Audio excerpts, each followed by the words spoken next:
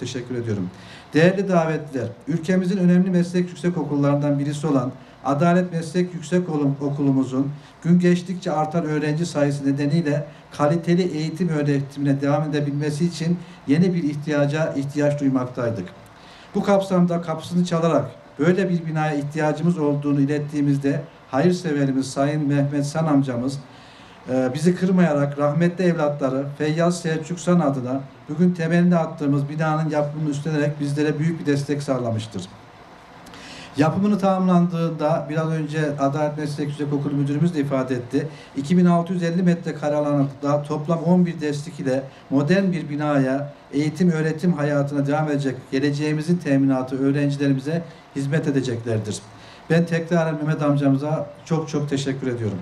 Değerli davetliler, sözlerime son verirken Feyyaz Selçuk San Adalet Meslek Yüksekokulumuzun yapımını üstlenen Mehmet amca ve tüm hayırseverlerimize tekrar teşekkür ediyor. Hepinize saygılarımı, sevgilerimi sunuyorum, şükranlarımı sunuyorum. Cenab-ı Allah bu güzel insanlara, Kayserimizin hayırseverlerine daha çok versin. Kayseri'yi bütün bunların yanında ne olarak anılıyoruz? Hayırseverler şehri Kayseri diyoruz. Haseki Başkanım kulaklar çınlasın. Hani Kadir Has amcamızın rahmetlinin sözü varmış ya, yavrum sizin hayırseverler kırıldı mı demiş değil mi yani? Seferberlikte kırıldı mı demiş yani. Şimdi elhamdülillah helalinden kazanıp helalinden harcamaya özen gösteren ve şehrine borcunu ödemeyi amaçlayan hayırseverlerimiz. Sadece üniversitelerimizin binaları değil, kamu binalarımız, sağlık binalarımız, dini tesislerimiz, eğitim binalarımız, belediyelerin sosyal tesisleri, hangisini göz önüne getirirseniz getirin. Ya bir salt hayırsever tarafından ya da belediyelerle işbirliği halinde yine hayırseverimizle işbirliği halinde yapılan binalardan oluşuyor. Çok şükür biz bunu bir yük olarak görmüyoruz.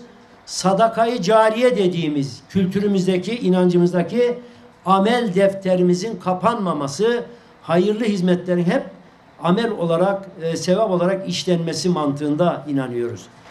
Bismillahirrahmanirrahim.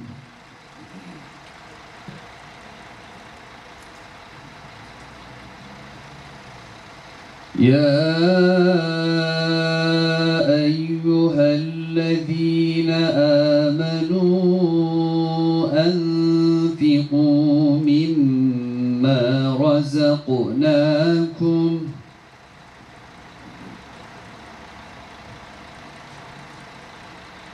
أنفقوا مما رزقناكم من قبل أن يأتي يوم لا آمين. أعوذ بالله من الشيطان الرجيم. بسم الله الرحمن الرحيم. الحمد لله رب العالمين. والصلاة والسلام على رسولنا محمد وعلى آله وصحبه أجمعين.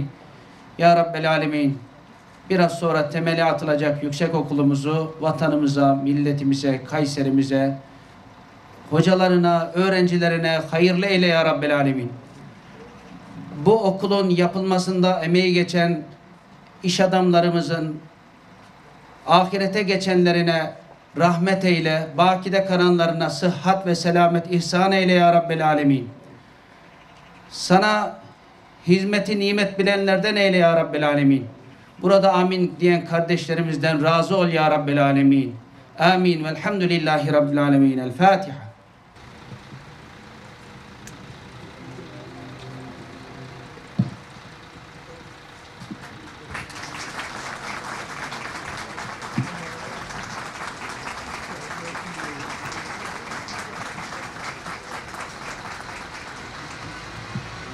Saygıdeğer misafirden Mehmet amca çok duygusal olduğu için konuşma yapmak istemedi ama bir cümle almak istiyoruz kendisinden. Buyurun. Efendim hepiniz hoş geldiniz. Gidenlere Allah rahmet eylesin. Allah bize hayırlısını versin. İnşallah kazasız belasız açmayı nasip etsin. Yardımcı bütün o herkese çok sonuna kadar teşekkür ediyoruz. Özellikle rektörümüze, hocalarımıza, Sayın Başkanlar, hepiniz hoş geldiniz. Kusura bakmayın. Ya Allah ismi hayırlı uğurlu olsun. Allah tamamını erdirsin diyoruz.